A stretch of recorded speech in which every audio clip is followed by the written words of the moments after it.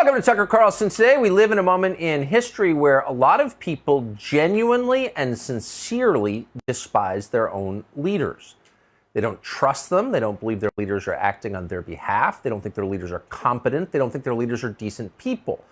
Virtually all of the developed world is still purportedly democratic, but you will look a long time to find a president of any country who has overwhelming support from his own voters. That's just true. It's very odd if you think about it. So we thought it might be interesting to speak to someone who is, no exaggeration, the single most popular democratically elected president of any country in the world by far.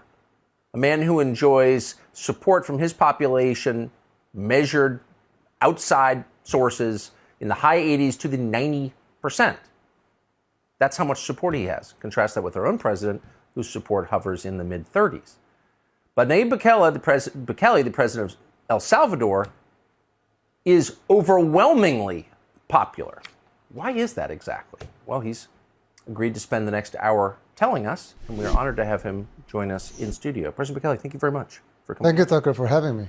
So I'm going to just ask you the obvious question, why you're so popular, but let me just give you one guess that I thought we had dinner last night until 1 in the morning here in our barn. And I was talking to our producers after the dinner, and you're not the first head of state that we've talked to or had dinner with.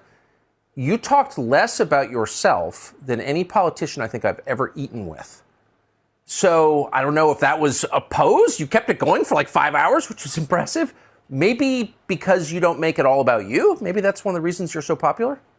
I don't know. Probably if we have talked about me for 5 hours, it would be very boring, or we have cut short the dinner probably. Well, politicians talk about themselves endlessly. Yeah, that's why. They're never bored by it. Yeah, they never bore themselves, but they probably bore everybody else. So, you know. It's interesting. We really kept it going because we talked not only me, but we talked about very interesting issues regarding the world. But you seemed interested in them. You weren't. Of course, because, you know, civilization is in a very important moment in history. Yes. Human civilization, of course, and you know, it's very interesting to talk about it and to think about it. And every country and every society in the world is part of this human civilization, and you know, the path that every micro society takes into that civilization, it has to do a lot with our understanding of it.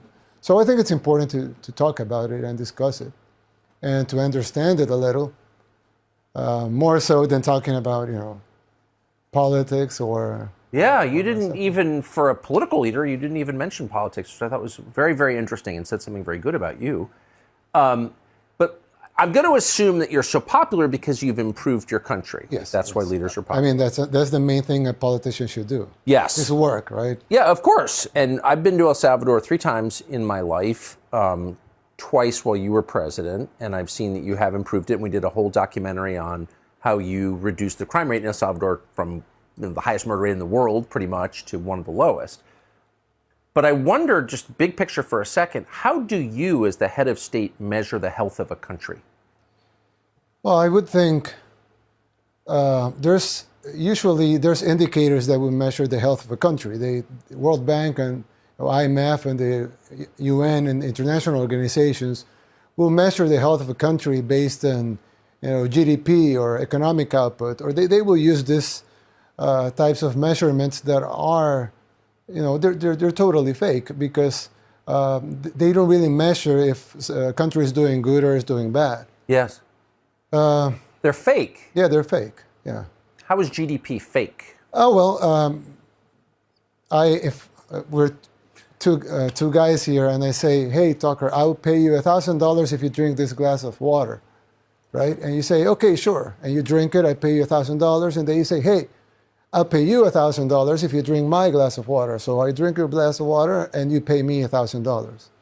So basically, nobody's any richer. I just got the same $1,000 I gave you in the first place, so we just drank 2 glasses of water. But according to GDP, you just increased GDP by $2,000 and you created 2 jobs. Right? So So you just, and really, if you report that to the IRS, you just created two jobs, two $1,000 jobs of drinking water people, and we increased economic output by $2,000 by creating a service that's drinking your water service in twice. So, and that established with a value of $1,000 because the market value is $1,000. So I paid $1,000 for it, and you pay me $1,000 for it. So, of course, this is it's an exaggeration, although it would be measured like that if you report it to the IRS. But it just portrays how these indicators don't really measure the health of a society, and common sense issues that you would think it would measure the health of a society, they don't measure them anymore, or they do measure them, but they don't, it's not in the top column. It's just, just like an extra factor. But it doesn't really make any sense, because what really people want is, to be good, to be with their family, to be safe. And those things aren't measured anymore. So you would think that, that those indicators would be of great value, and they have some value, but they're mostly fake, and they don't really represent the health of a society. So I think that's very wise, and also there's quite a bit of pressure on heads of state to play along with fake measurements. Correct? Yes, There's lots of international. we have to play along with them, too. Of course, but everybody does. But as someone who runs a country, how do you personally measure the health of your own country? Well, we have the current measurements that I just said just told you they are fake, but we still measure them. We have to, and because international organizations will base their predictions about the country with those measurements. But you have other measurements which I think are more important, like, for example, safety, or crime rate, or homeless rate, or jobs, or inflation, or what about the important values of society? How are they doing? Yes. For example, right now, the whole world economic system is trying to destroy some of the values that are more important to human beings, and not only to human beings morally, but financially. For example, savings. Savings will be a very important economic measurement, right? I mean, it's very important. Supposedly, it's very important for people to save money, right? If you earn $10,000, you should spend $8,000 and save $2,000. Yes. Instead of the opposite, right? Spend $12,000 and $2,000.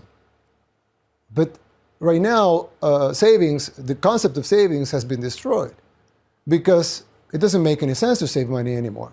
Because if you save money, let's say if you're in the 80s and you saved $50,000, which you could buy a house with at that time, and right now with $50,000, you can maybe change the floor.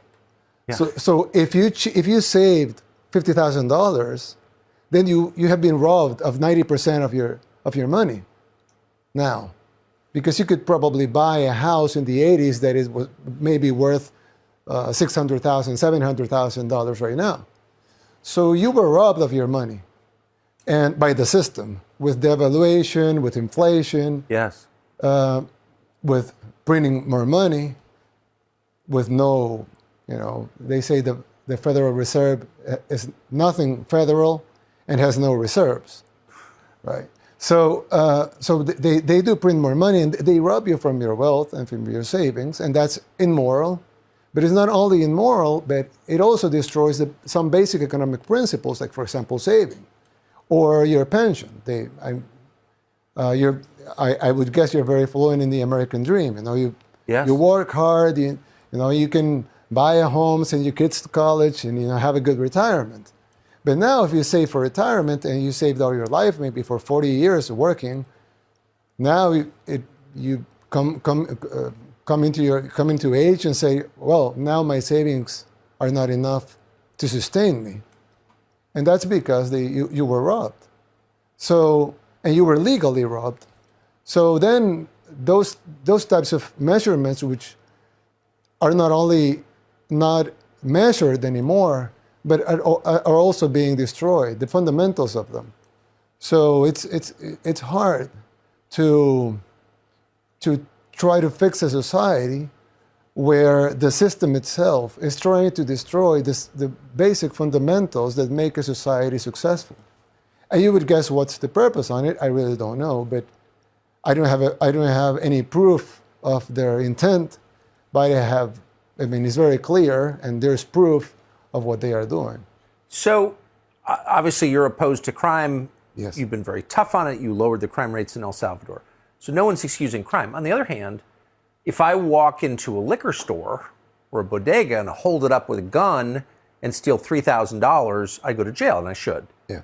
But if I devalue the U.S. currency and make old people penniless at scale, I don't go to jail. No, you don't. It's like, imagine if you go, let's portray a movie example, like a bank robbery, right? These guys go into a bank, they go in with guns, they steal all the money in the bank, the whole vault. I mean, they open the vault, they get all the money within the vault, they take it, they don't leave a penny in the bank. So you will say, oh, this bank robbers, they robbed the bank, right? But you know, a bank, I mean, any bank will have, I don't know, let's say $500 billion, one bank, right? Yes. They can have $500 billion. Total assets. Yeah, total assets, $500 billion. Now, they are only required to keep $50 billion in assets, in liquidity. Yes. The rest can be, you know, in loans, real estate. They can have the other money invested, right? Yes. Mostly in loans to their clients. So the bank only has 10% liquidity, which is $50 billion. Now, out of those $50 billion, 90% of it, it's online. I mean, it's zeros in a screen. Yes. It's not really cash, right? Yes. Bills and coins. So you would think maybe, 10% of those 50 billion, they have it in cash. Yes. That would be a lot, but let's say they have 10% in cash, in bills and coins. So that would be 5 billion. But if this, this huge bank has, let's say, 200 branches. So they have, offices all over, in Florida, New York, in California. They have branches all over. So they will have, 2.5 million? That would be, like 500 billion, 50 billion in assets, 5 billion in cash, and then divided by 200, that would be 5 times 5, that would be like 25 million per bolt. Yeah. But that would be 10% of 10%, that would be 1%, and then this will be like 0.1% of 1%. That would be the equivalent of the bank robbers, what the bank robbers took. So they would take 0.1% of 1%. Let aside that they would have insurance and they would get all the money back. They just robbed the bank out of 0.5% of 1% of their net worth, of their assets. They will go, rightfully, to jail for 20 or 30 years. But if the Fed prints $10 trillion out of thin air because there's no reserves that would, support this new printing of new money, they will just rob you of, 20% of your savings, of all human, all people they use as dollars, including all Americans, including all Salvadorans, by the way, because we use the U.S. Dollar as a currency. They will not pay a penny or a fine or anything because it's a legal theft. But it's a crime anyway. Well, it's a moral crime. It's a moral crime. It's not a legal crime, and that's why I think there's civilization changes coming, just because people that's been happening for quite a while now, yes. Probably since the 70s. But right now, people are starting to waking up and seeing these things and saying, "Oh, hold on, I maybe don't want to be on board these things," and of course they don't want to, I think it's probably a new economic system is on the works, and it's going to be messy because you will have the Western powers with one economic system. You will have probably the BRICS with another economic system. And the BRICS are growing, and they'll probably be more than half of the GDP soon. Not only because the countries are growing itself, but they are inviting Saudi Arabia, Egypt, Nigeria, Argentina. So if you add up all those up, it will be above 50% of GDP. So they'll be the greatest economic power. And they will try to do an alternate economic system. I don't think people that don't want the Fed to devaluate are going to go to the other system, because it's not, it's not attractive for them to change from the Fed to Russia. It's not, right, or to the OPEC plus. It doesn't make sense for them. But you will see more and more people in the West, or what we call the West, trying to go into alternative systems that are more independent, that are unconfiscable, that are uncensored, and that are totally decentralized. So if you go into there, you would think, in principle, of course, we have to see, but in principle, you would think that you'd be safe of having your wealth taken away by a political decision. So our Fed policy affects the entire world, every country in the world. Definitely. But it affects El Salvador directly and immediately in the same way it affects us, because you trade in the US dollar. Yes, a little worse, because we do get all the devaluation and we get all the inflation, but we get none of the spending. So, you can't print it. We can't print it. Yeah, you can print the US dollars. Fair, good point. Yeah. So you have a PhD in the downside of Fed policy, I think. Well, I understand. Yeah. No, but I mean, you the concept. Yeah, you have to run a country that's subject to it. Yeah. And so you've chosen a new path very famously. Tell us what you've done and why. Well, we haven't changed the fundamentals of our economy just because you don't change the fundamentals of an economy from one day to another, because that would be very messy. Yes. Even if you do things right, it will be messy, and you don't want mess, right? Yeah. You want things to grow, you want the economy to grow, you want people to be happy, you don't want people to, the economy to do well, you want your country to do well. So we're doing small steps to change some things and to give people different options. We're not changing everything right away, but we're giving people different options. So we made Bitcoin legal tender. We're the only country in the world where Bitcoin is legal tender. I mean, Bitcoin is used all over the world, even in countries where it is banned, just because you can't ban it. I mean, it's uncensorable. You can't, even if you want to censor it, you can't. Yes. But the only country in the world where Bitcoin is legal tender is El Salvador. That gives us an advantage in the new economic system that's in the works. And we have had some benefits from it. We have increased tourism by 95%, and that's in part because of Bitcoin. There's a lot of Bitcoiners that want to go to the only country where Bitcoin is legal tender. We have Bitcoin conferences, etc. So we're getting a lot of tourism for it. We're getting a lot of private investment also, because there are some people escaping, the censorship, or they're trying to escape the laws, trying to ban this new technology. So they go into countries that are more open to these technologies, and of course they will go to a country that is not only open, but has actually embraced the currency as its own. So we get a lot of investment, we'll get a lot of tourism, and the other thing we get is that we get some rebranding. Because El Salvador, if a lot of people don't know anything about El Salvador, but if some people know something about El Salvador, it would be bad things like MS-13, yes, right, or the Civil War in the 80s. Of course. But if you're, if you're a Bitcoiner, or if you're into technology, or into new economic systems, or into unconfiscable wealth, then you will listen and you will learn about El Salvador in a different light. We have a project of building a new city. We're mining Bitcoin with the power of volcanoes. So these types of things are not only projects that are very important for the development of our country, but they're also a rebrand. It's also a rebranding. A rebranding that will probably cost hundreds of millions of dollars, and for us it will cost nothing because it's just making bold and good decisions, and people will like them.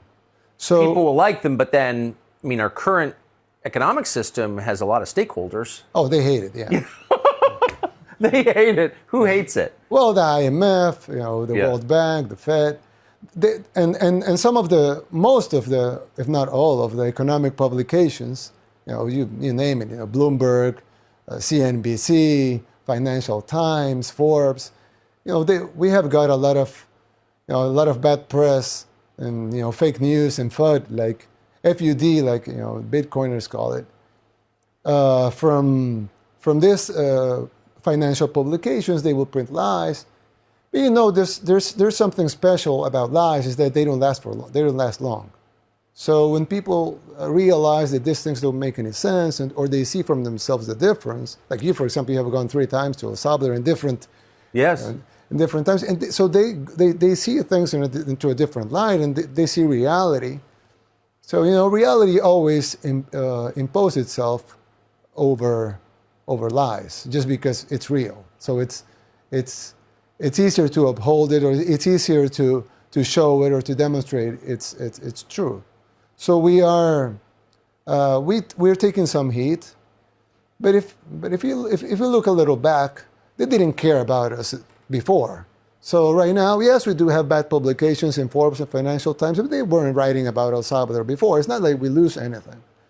So, and there's other publications writing interesting stories about El Salvador. Some guy this is a joke, of course, it's not, but he just said El Salvador has the most documentaries per capita. Because there's a lot of people doing documentaries about Bitcoin adoption, about surf, because we have a lot of great surfing in El Salvador. So they have a lot of security measures we're implementing against MS-13. So we're getting a lot of good press, and we're getting bad press too. But the guys printing the bad press didn't write anything about El Salvador before, so it's not that we're losing their audiences, and also their audiences are diminishing. Right. Because they're not even it's not even close. They're not as important as they used to be. They're actually almost irrelevant, but they have their legacy names. But who buys a Time magazine anymore? I don't know anybody. But before it was a very important thing in a kiosk to buy a Newsweek or a Time magazine. But now who buys a magazine anymore? Who subscribes to a magazine online? Nobody. It's just really names, legacy names, and their Twitter accounts. So it's not really, they're not really mainstream media anymore. They're just accounts in social media with a legacy name of being mainstream media. And you don't seem to care what they say. Well, yeah, I have learned not to care. But of course, at the beginning, I do care. I did care because for me, I thought they were important. Now that I see they aren't, and since they are not treating us that well, I've learned not to care. And I think it's better because and if you look at the ratings, for example, and the amount of subscribers they have, it's really ridiculous. Nobody's watching them. Really, nobody watches CNN anymore. It's like, we were talking yesterday about in El Salvador, we have this news show, of course, local. And the news, the news show in like nightly news. Yeah, the nightly news, the main nightly news, local nightly news. Channel 4. Yeah, Channel 4. They have like 1 million viewers every night. Out of 7 million people that live in El Salvador, we have 1 million viewers, which is not much. 14% of the population is watching. And then CNN, in prime time, we have like 500,000 viewers.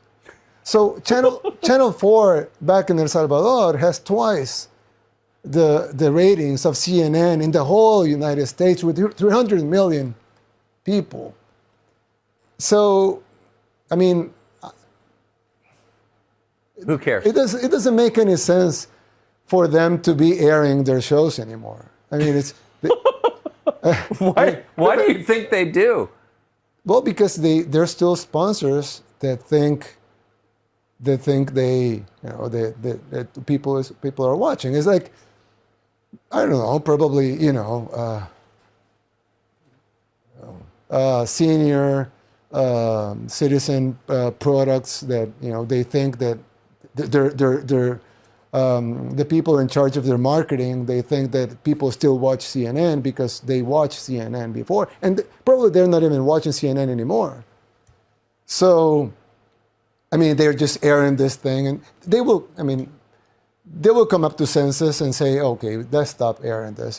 It happens with some magazines and some publications. They just stop printing and they go online. It's their way of saying, okay, we know nobody's buying the magazine anymore.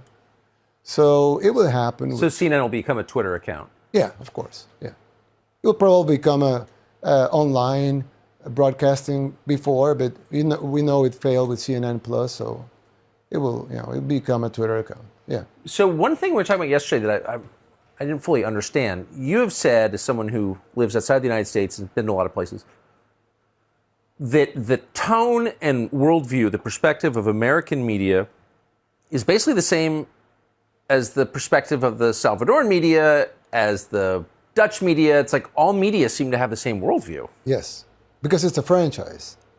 It's like McDonald's or Burger King or Pizza Hut. So you have headquarters and then you have franchises. So the media, most of the media, of course not you, but most of the media, they will work like franchises. So if they print something in the New York Times, let's say,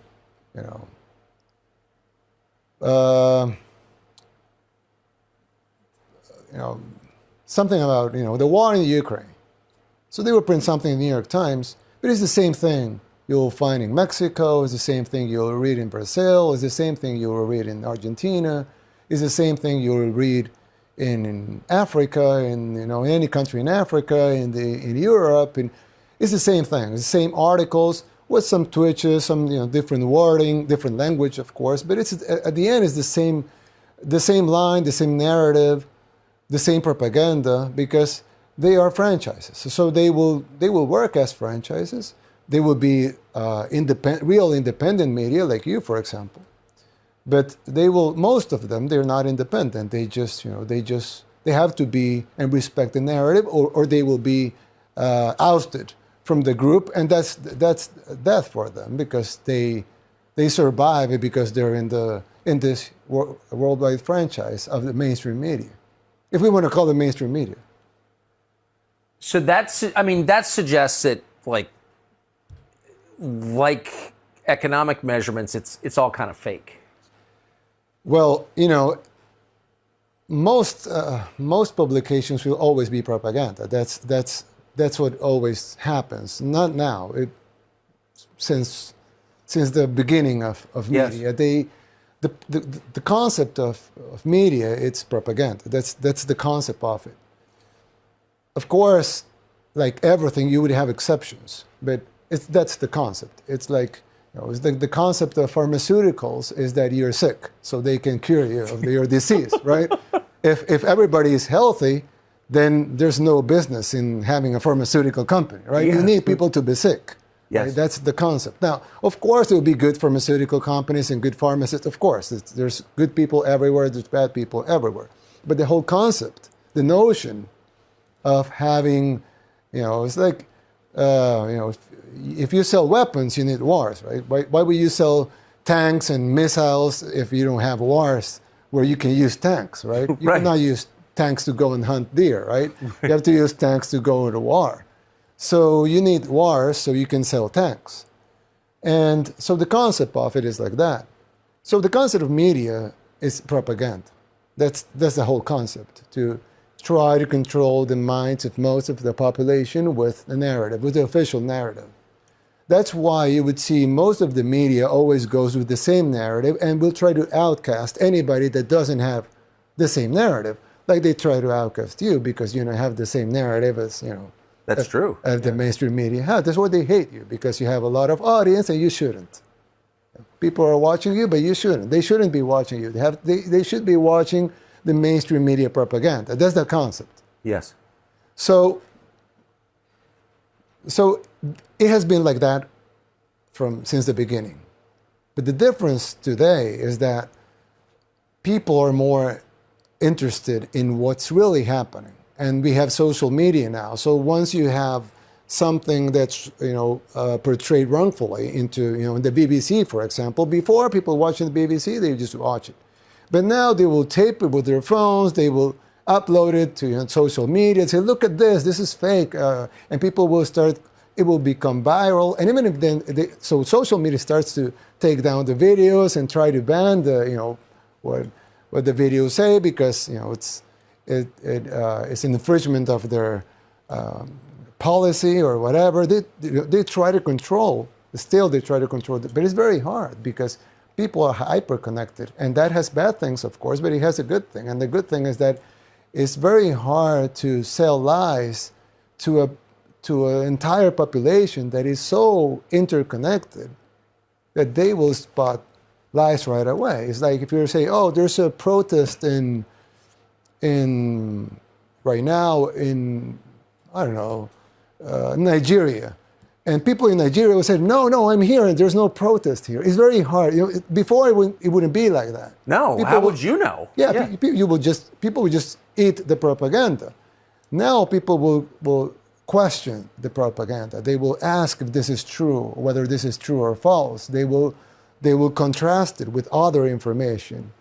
That's probably other propaganda. But then you have two different propagandas. You will contrast them and see the differences. So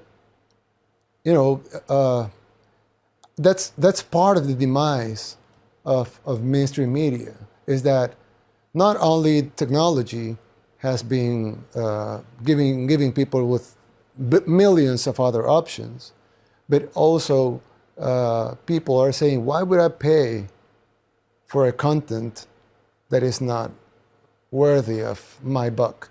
I mean, why would I subscribe to read the Washington Post, for example, if I know it's pure propaganda? Why would I do that? I mean, it doesn't make any sense into a consumer's point of view. Yes. So that's why I just think that all mainstream media it's on demise, and they know it. That's why they're so. But I mean, what you're describing though is a technological reality that doesn't just undermine media but government too. Definitely, yeah. Right. So how does this? I mean, it's a huge threat to government. I mean, I think most governments would rather let people have guns than free speech. Free speech is a real threat to them. Well, that's why they hate free speech.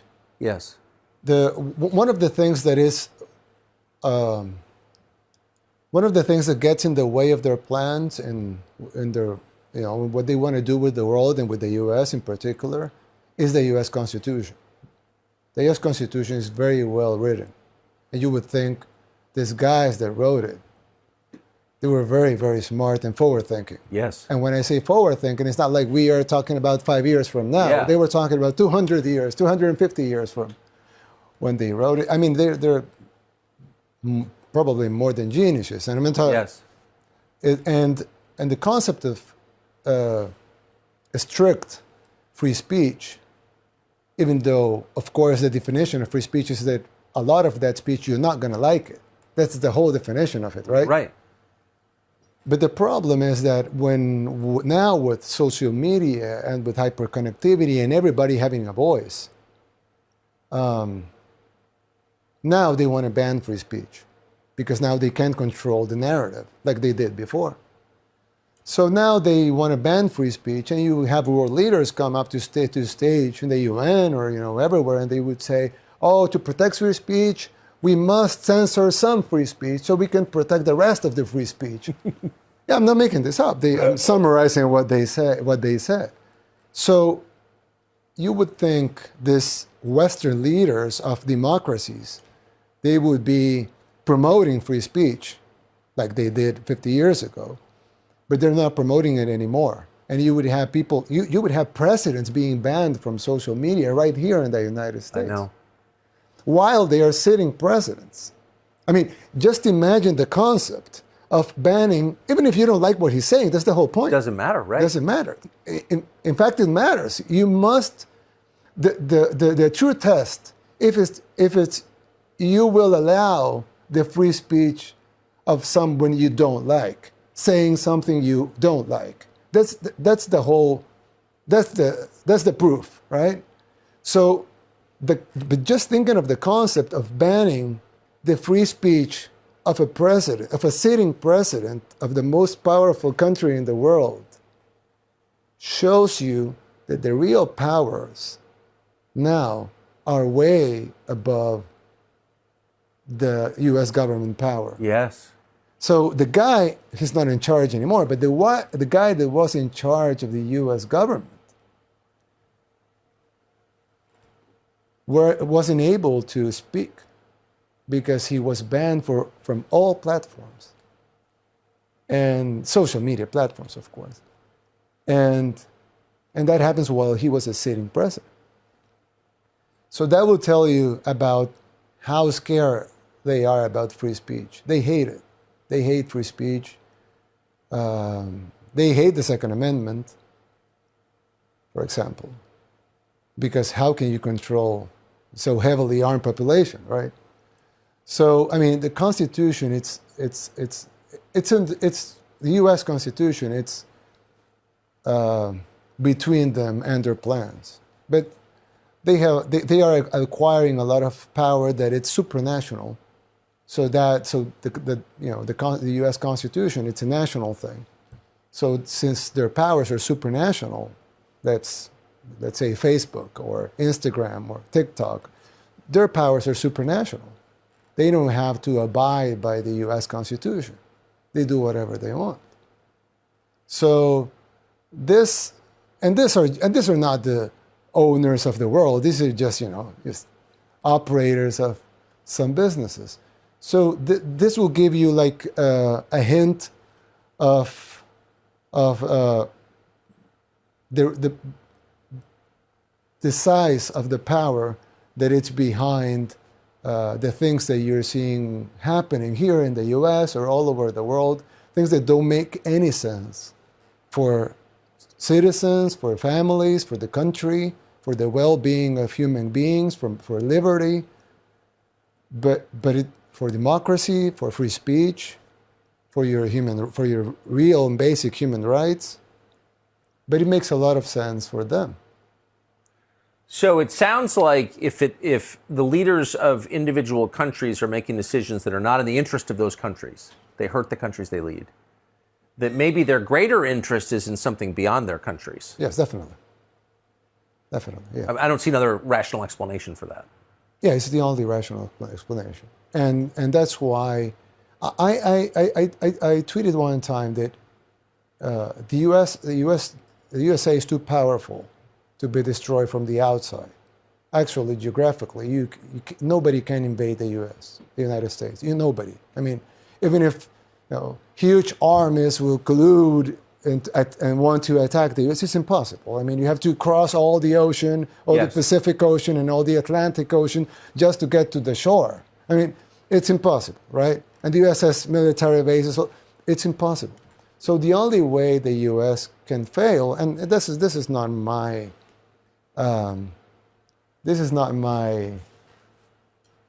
my analysis. This was made by presidents before, by U.S. presidents before. The demise of the U.S. has to come from within. Right? The enemies have to be inside, not really outside. No external enemy can cause so much damage as internal. It's an internal operation. You're watching internal operations here. You can see them in cities that were pristinely beautiful 30 years ago are wastelands right now. You would see people. I mean, I'm from El Salvador, a third world country in Central America, and myself, I can see cities here and say, I want to live here. So that would be unthinkable 3 decades ago. Totally unthinkable. That a Salvadoran wouldn't want to live in a U.S. city, in a U.S. main city. I mean, Los Angeles, San New York, Francisco, Chicago, yeah. Well, Philadelphia, Baltimore. When you look how the cities are eroding so fast, this has to be by design. I mean, who would make so many stupid decisions? Like, okay, we're gonna give you money for drugs. Really, they're doing that. In some cities, they're giving people drugs. I mean, they're literally giving people drugs in some U.S. cities. Or they say, okay, we're gonna give you money if you don't work. Or we're gonna, they make all of these laws that make no sense. Or if they have a high crime, okay, I have a solution. Let's defund the police, right? They make this analysis here. And you see all these campaigns, defund the police. You will see these campaigns of, let's allow shoplifting up to this amount. They make these decisions openly. I mean, it's not even a secret. They make it. They make them openly. And we all know what would be the consequence of it. It's like, I always use this example.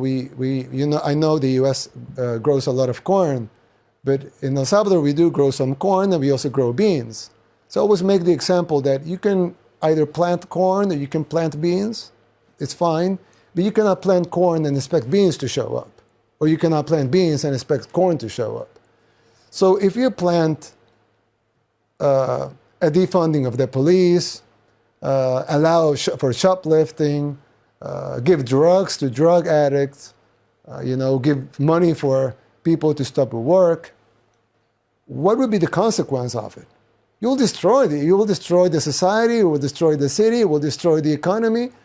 And it's not only a logical thing to think, it's already happening. And when they see more problems, they say, oh, so we need more of the same solutions that caused these problems in the first place. And they enact more of them. So they have more problems. And they enact more of the same solutions that cause those problems. They have more problems. So you would think these people, they can be so dumb. Of course they're not. They're smart. They're very smart people. So why are they doing these things? Because it's by design. It has to be by design. There's no other logical explanation. Certainly defund the police and giving drugs to drug addicts. I mean, you're trying to destroy things. Yeah. But there's no other explanation. But why? Because, I don't know why. I mean, there's some things I know because they're there, like what we just spoke about. I mean, yes. It's not like, it's not private or secret information. Everybody that wants to know, he knows because it's there, it's public, it's, verifiable, people can look it up. So if you ask me why, that I don't know, because it's not public, it's not verifiable. You cannot just look it up. So I don't have an answer. I could make my guesses, but it would be an uneducated guess at best. So it's very hard to know why. Some of this stuff seems like it's the result of generational affluence. I'll guess that. I mean, people stay rich long enough, they get decadent. I think we see that in families, we see it in countries. Your country's gotten a lot more prosperous. I mean, your country had this horrible civil war. Yeah. A huge percentage of your population left and came here in other countries. And now people are coming back. So your country's getting richer. Are you worried that these kinds of problems, this sort of social chaos, will come with the fact you're getting richer? Well, no. I mean, yeah, I understand the concept of, hard times create strong people create good times create weak people create bad times. Yes. I understand the concept. I don't think it's that simple. I guess to make the question a little more precise, there are NGOs, international agencies, governments that push these policies on weaker countries. Yes, they are pushing it very hard. Right. Yeah. So how do you resist that? By publicly resisting it. I mean, publicly resist. Yes, I mean they will try to push their agendas in our country as well, like every other country. And since we are a small, poor, relatively poor country, of course they can, their money is worth more, so they can, they can hire people, they can. But there's some stronger forces. For example, common sense. Most people, most politicians will think of their people as, having no common sense, or they have to shove their agendas down their throats just because they're in power. But that doesn't really work, does it?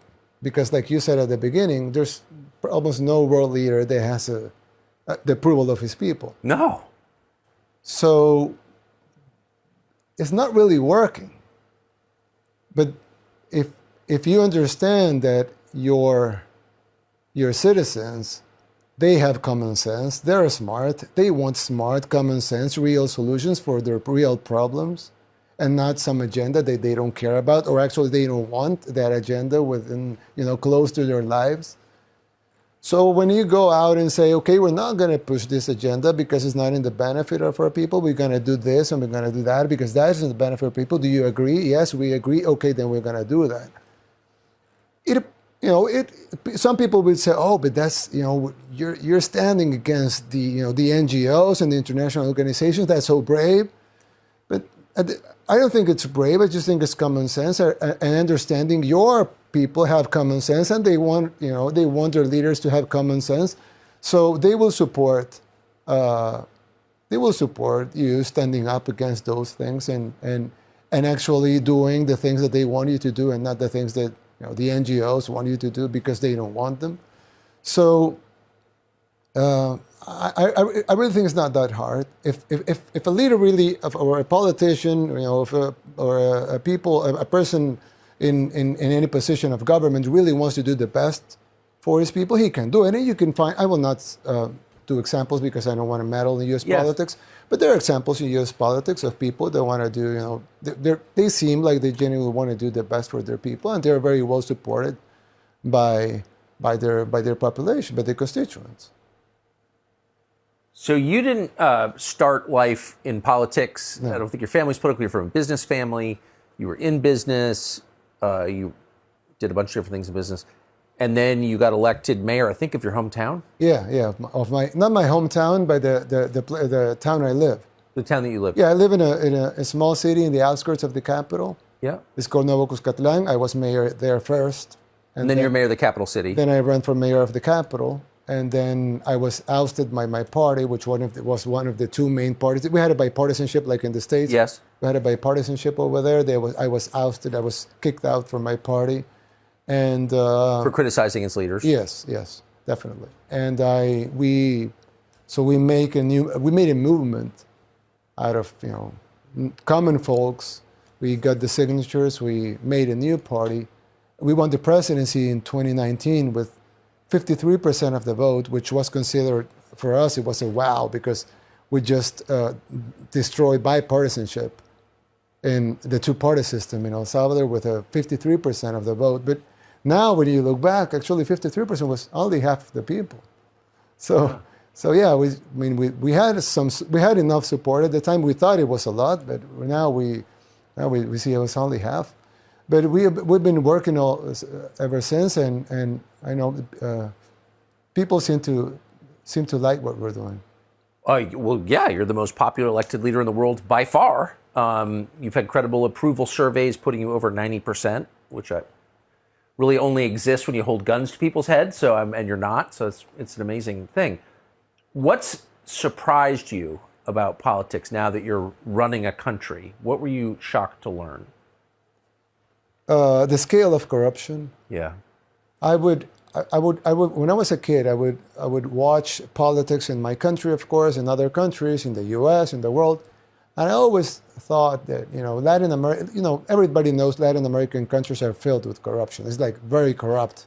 Yes. Political system.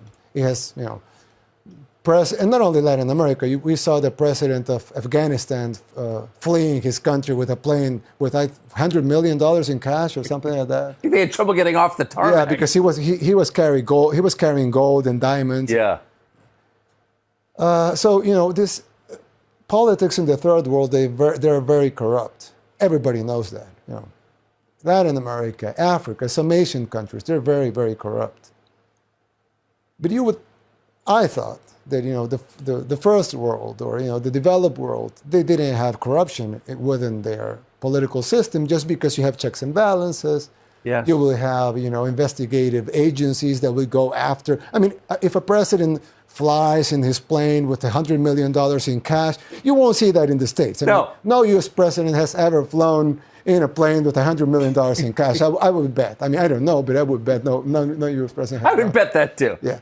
So because it's, so I said, once these third world countries achieve that level of purity in their, that's what I thought when I was a kid, like very innocent and naive person. I thought once our countries achieve that level of purity in their political systems, then these countries will be developed as well.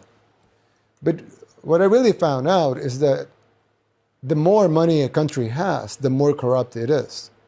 Although, of course, its corruption is more sophisticated. They will not, carry money in a plane. They would do other things,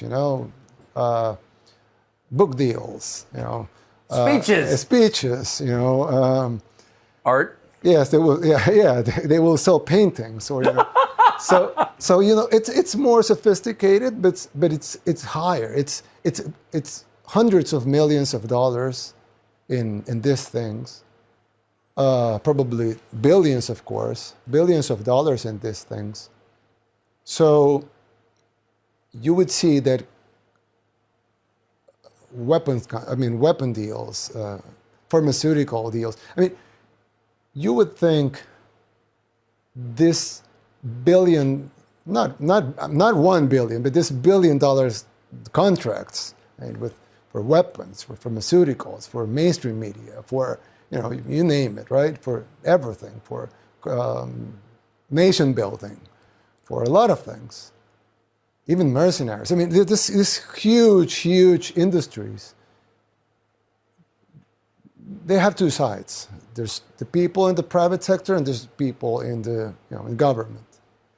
So the people in government must be getting their cut, and their cut should be huge. And we just mentioned a couple, which we can see, but of course there's the other that we can't see. And so once you learn that actually corruption is everywhere, it's not only in the third world countries, or not only in puppet presidents, but actually also in the puppeteers, and more so in the puppeteers. Of course, the puppet will get a smaller cut. That's why he takes the bags with the money, because it's his cut, right? Yeah. So he gets the smaller cut, then the other guy gets a bigger cut, then the bigger guy gets a bigger cut, then the biggest guy gets the biggest cut, right? So once you understand that most of the political system is corrupt, then you understand how you should behave in front of that corrupt system, knowing that, of course, you're not corrupt and you want to fight it, but you don't have the strength to fight it. But at least you can keep your people safe from it, and you can do the best you can from your work and try to stay safe.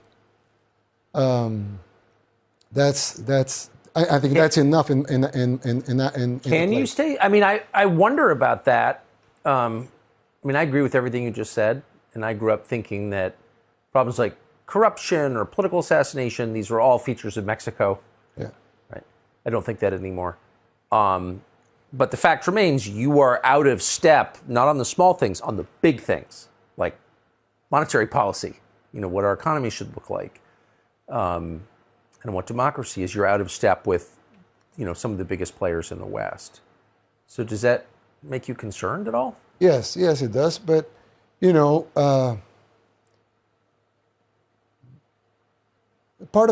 think part of it is staying safe. I mean, we never know. God knows, what will happen. But part of it staying safe, it's come out in public and say the things. Yes. It's harder. I mean, they have done it before with a lot more important people, so they can do it, of course. But they have many enemies, not one. They have a lot of people calling these things out. You know, they have been censoring all of these people because it's easier to censor than just go and eliminate every, you know, person saying bad things about them. It's too hard. They cannot, you know. So a part of staying safe, I think, is going public, being transparent, and being, you know, say the things that you know and you want to say, and that you think that they must be said. And I mean, they haven't done anything to you, and that's because, you know, you're saying the things you want to say, and it would be too expensive for them. It's cheaper for them to smear you, to say bad things about you, to have people think that you're a bad person, which you're not. But it's easier for them to do those things. Go and straight and eliminate you, that would be, you know, too messy, and it would probably be against their own plans. So I really think one way to stay safe is being true to yourself and saying the things out loud, so people can, you know, listen to them, make their own decisions about it, and know what you stand for. So it would be a little more expensive for them to eliminate all opposition in front. You have to kill a lot of people. Exactly. Last obvious question, but since we do have so many Salvadorans living in this country, how many Salvadorans live in the U.S., do you think? 2.5 million. 2.5 million. That's a lot. Yeah. And they, at least according to the polls, agree with you. Yes. Yeah. That's really interesting. Like, how did we miss that? How do we miss that all these, at least speaking for myself, I agree with you. So I didn't realize that we had millions of Salvadorans here, legally and illegally, who agree with you and me. Like, when did that happen? Well, I think, you know, there are things that probably some Salvadorans won't agree with you or me. Yeah. But, you know, there's fundamental human values that are universal. And there's a reason why they are universal. If you're a believer, you would say God. I would say God myself. If you're not a believer, you would say nature, the universe, you know, the order of things. So there are things that are universal. And these concepts that are logical, universal, they have been like that for all of civilization. There's a huge, I mean, the system or the ones in power, they want to change that. They want to change these universal concepts that are very strong within everybody. So even though, you know, a Catholic might think different than an evangelical Christian, for example, they will have some of the same principles within themselves. You know, like, you know, you pay your debts, you take care of your neighbor, you care for your family, you protect your family, you know, you raise your kids. There's some fundamental values that are very important. You protect your wealth, your saving is good. You know, we can go on for hours. Yeah. You know, there's very fundamental values, like stealing is bad, killing is bad, you know, raping a child is bad. But, you know, there's even, you know, movements about that. So with those fundamental values that are so dear to most of the people in the world being under attack by the elites, a lot of people are saying, hey, this guy, he's in a very good position, but he's not a member of the elites. Actually, the elites hate him, in your case, right? And he's saying the truth. He's saying the things I believe are true. So I agree with him. So sometimes you would find support or people that agree with you in places you don't expect it, just because we're all human beings and we all have the same values. Amen. Mr. President, thank you for spending all this time with us. Thank you, Tucker. And what a way to end. I appreciate it. Thank you.